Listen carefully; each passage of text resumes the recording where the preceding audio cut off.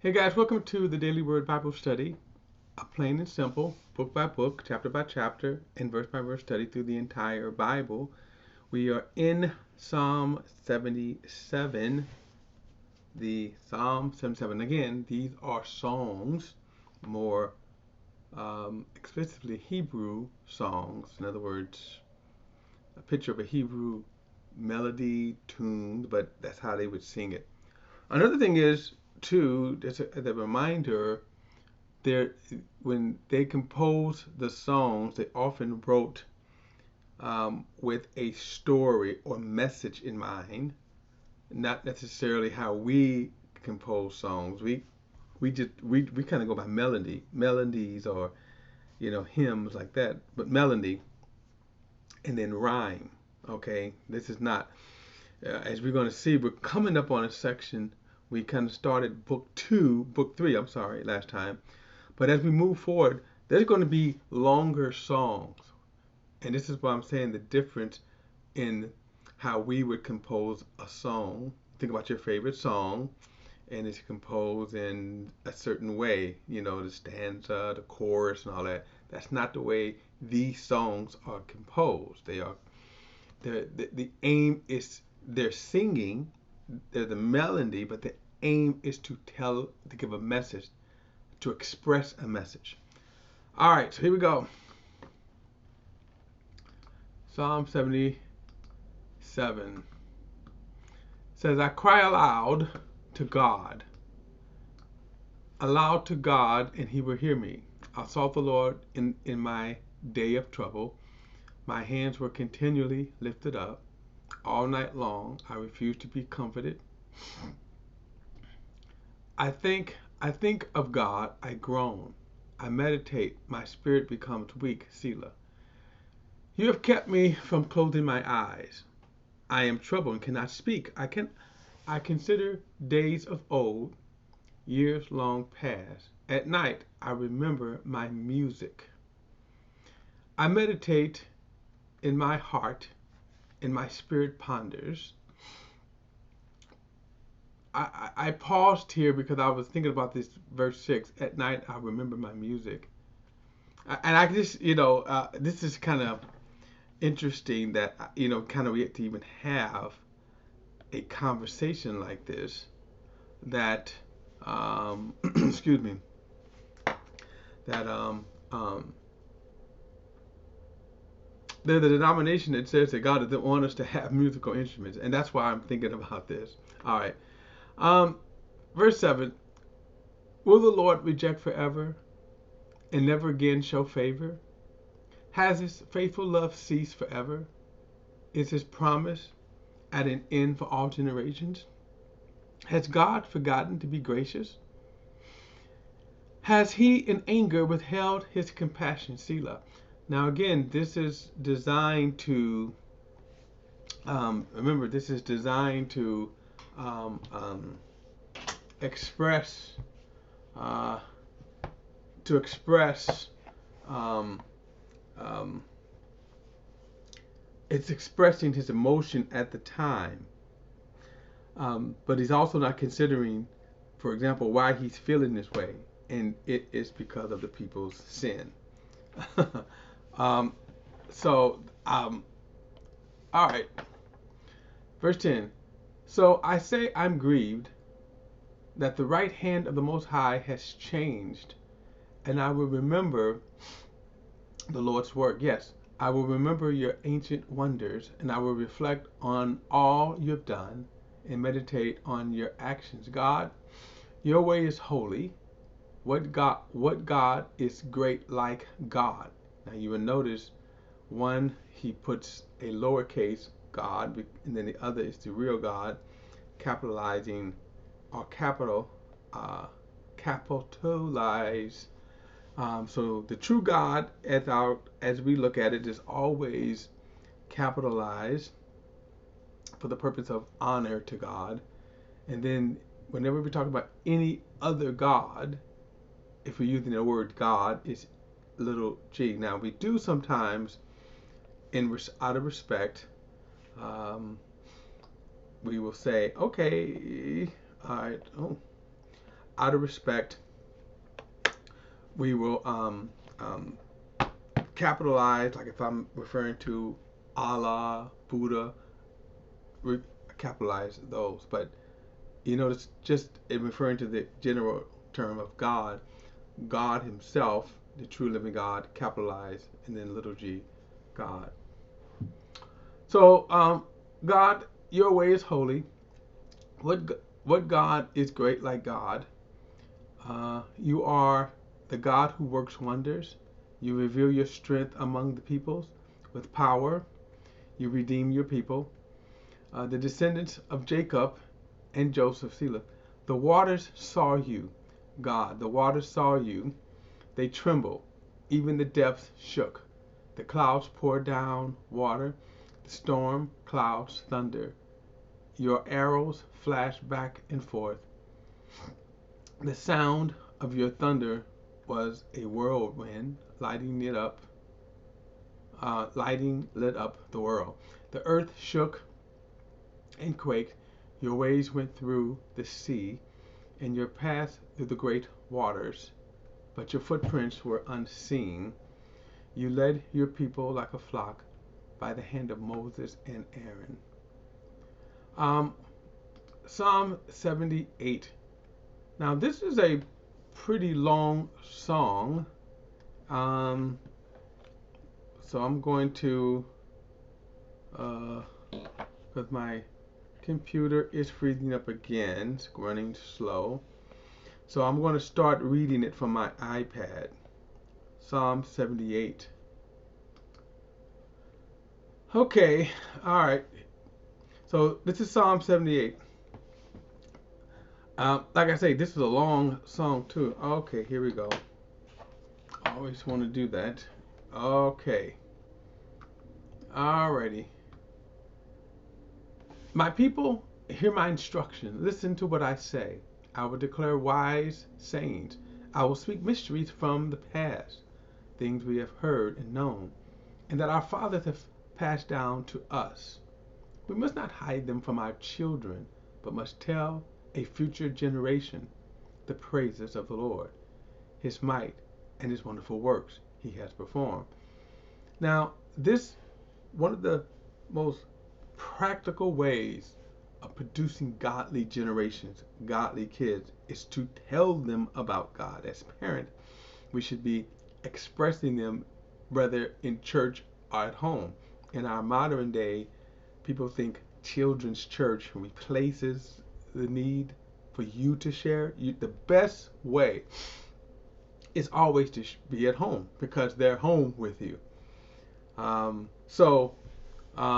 Verse 5, he established a testimony in Jacob and set up a law in Israel, which he commanded our fathers to teach their children, so that a future generation, children yet to be born, might know that they were to rise and tell their children. Now, this certainly seems like this psalm is around Moses' time, because they talk like that too. That part of when they came out of slavery, that one of the things that was for sure that God kept telling them over and over in the law was to make sure that you tell this. The Passover celebration itself is a reminder telling of the goodness of Jesus, of God, telling them how God had delivered them from slavery. And then notice what he says right here, so that for generation and children. Let me go back and tell it. So I want to get the whole. I want to get this whole thing from verse 5, the whole context here. He established a testimony in Jacob and set up a law in Israel, which he commanded our fathers to teach their children, so that a future generation yet to be born might know. They were to rise and tell their children, so that they might put their confidence in God and not forget God's works, but keep his commands. So part of, again, raising kids is telling them about the Lord, instructing them, teaching them about the Lord. Verse 8, then they would not be like their fathers, a stubborn and rebellious generation, a generation whose heart was not loyal and whose spirit was not faithful to God.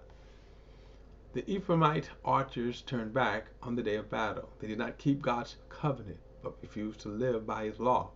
They forgot what he had done, the wonderful works he had shown them.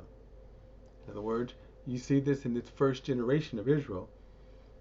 Just days after coming out of Egypt, they had already started, in a sense, backsliding in their hearts. In fact, at the time of the golden calf sin, was only about 3 months. Okay, after the 3 months after they came out of Egypt. Verse 12. He worked wonders in the sight of their fathers, in the land of Egypt, in the land of Zoan. He split the sea and brought them across, and water stood firm like a wall. He led them with a cloud by day, and with a fiery light throughout the night. Now, notice he's now telling of these mighty works of God as he delivered them from Egypt. And notice he said he brought them across. So let me get this picture then of the Red Sea splitting and the waters being held by the power of God like a wall, and that they walked on dry ground. This was one of the great mighty miracles. And then he says he led them by a cloud by day and with a fiery light through night. So that this was the presence of God. An angel actually was in there generating a cloud by day, light at night. Verse 15, he split the rocks in the wilderness and gave them drink as abundant as the depths. He brought streams out of stones and made water flow like rivers. By the way, they also was kind of judged because sometimes they complained that they didn't have water. And God kept showing them these signs. But they continue, despite all of the signs, but they continue to sin against him, rebelling in the desert against the Most High. They deliberately tested God, demanding the food they craved. They spoke against God, saying, "Is God able to provide food in the wilderness?" Look, he struck the rock and water gushed out. Torrents overflowed. But can he also provide bread to furnish meat for his people? This is what the Israelites, that first generation, kept complaining, and they kept murmuring and complaining.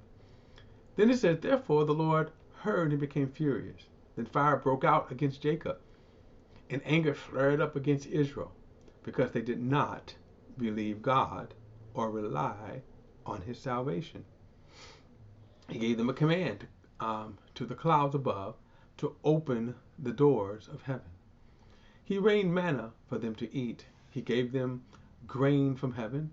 People ate the bread of angels. Now, kind of interesting that he uses this phrase concerning the manna that God provided. It was like a sweet bread. But notice here he said it was the bread of angels. And there's a lot of thoughts right there that we could go into, like, I didn't know angels could eat. I guess we will know more when we get to heaven.